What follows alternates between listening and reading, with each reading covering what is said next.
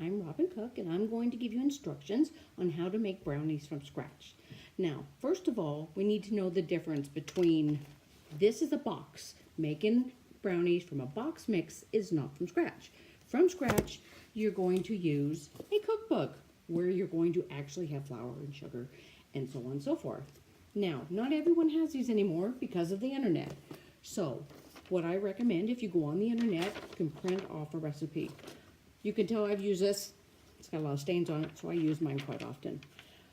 One of the things I recommend printing it off, because depending on the type of kitchen you have, if you've got a gas or electric stove, you might have to tweak it a little bit on your temperature or how long you cook them.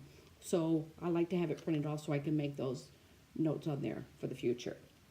So, very important, when you are going to follow a recipe, read the whole thing first.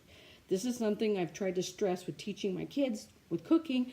Read the whole thing first, because sometimes there's little things that you'll need to do that in one recipe that you won't for another recipe, and your whole thing could be kaput. And if you want it to turn out the best, follow the recipe. So, this is the Hershey's brownie recipe, which I really like. And everything in here is pretty much what I always keep in my kitchen anyway. So you're going to start out preheating your oven to 350, which I've already done. Then you're going to spray your pan, which I did, spray with my pan. Ooh. In this recipe, it gives you the options of using this, or if you prefer not to, you could line your pan with tin foil, aluminum foil, whatever you want to call it. But you can also do that recipe. It's kind of old school, but it still works. Then next, what we're going to do, follow the recipe, and I will show you this. Okay, we're going to stir together our flour,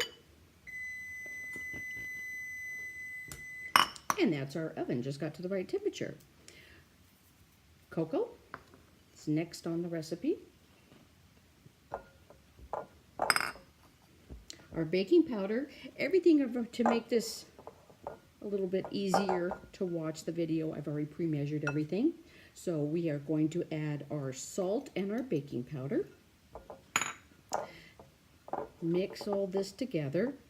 Now, on the directions for this, it says to shift it, but I don't even know if anyone even knows what a sifter is anymore to do that.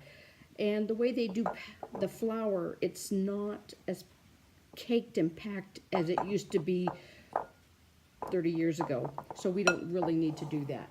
Next, you melt the butter, which was a half a cup, which is 1 stick of butter. I've already pre-melted it because we don't want this video to be that long. So we've melted the butter. Next, we're going to stir into the butter the sugar and the eggs. Very important, you don't want your butter to be boiling when you stir in the eggs. Otherwise, your eggs will start cooking. Not a good thing. So melt your butter, let it cool a little bit. That's the sugar. Then we're going to stir in the 2 eggs. And I will show you this. So it is, there you go, the eggs and the sugar melted together. Now the recipe says to add the vanilla, and we're going to have 1 teaspoon of vanilla into our warm mixture.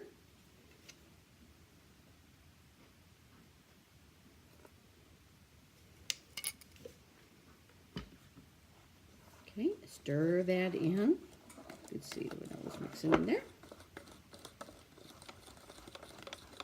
Next, we're going to stir in the dry ingredients that we already set aside.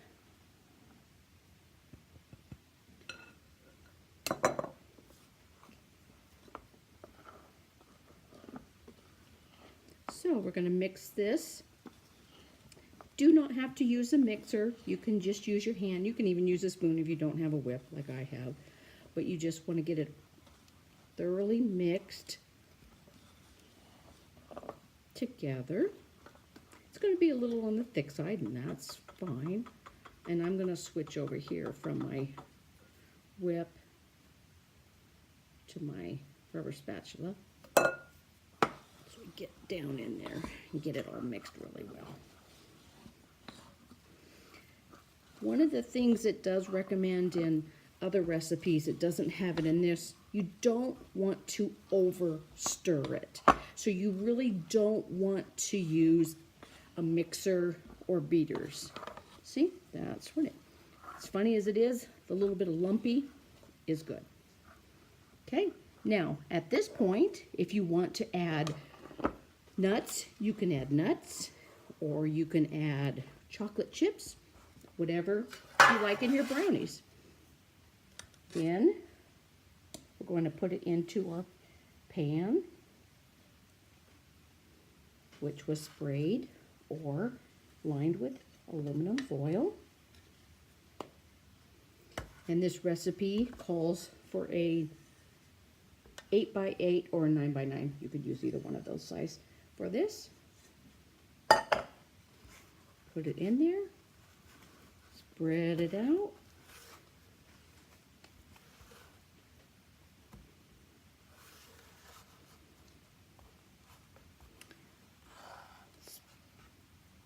It's funny, it doesn't look that appetizing right now, but these brownies turn out wonderful.